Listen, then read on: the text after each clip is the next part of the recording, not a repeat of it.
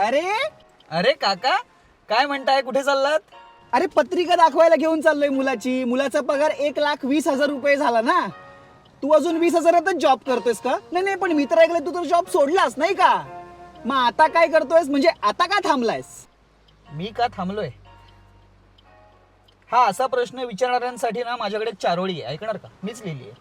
हातांवरच्या रेषांपेक्षा मनगटातील मेहनतीवरती जास्त विश्वास ठेवत आलोय मी. दुसऱ्यांच्या घरी काय चाललंय हे डोळे वटारून बघणाऱ्यांचे डोळे फोडत आलोय मी. योग्य संधीवरती नेम धरून बसलेले सिंह आहोत आम्ही. हे असे चुत्त्यासारखे प्रश्न विचारणाऱ्यांना वेळीच फाडत आलोय मी. कशी वाटली? योग्य संधीची वाट बघतोयस.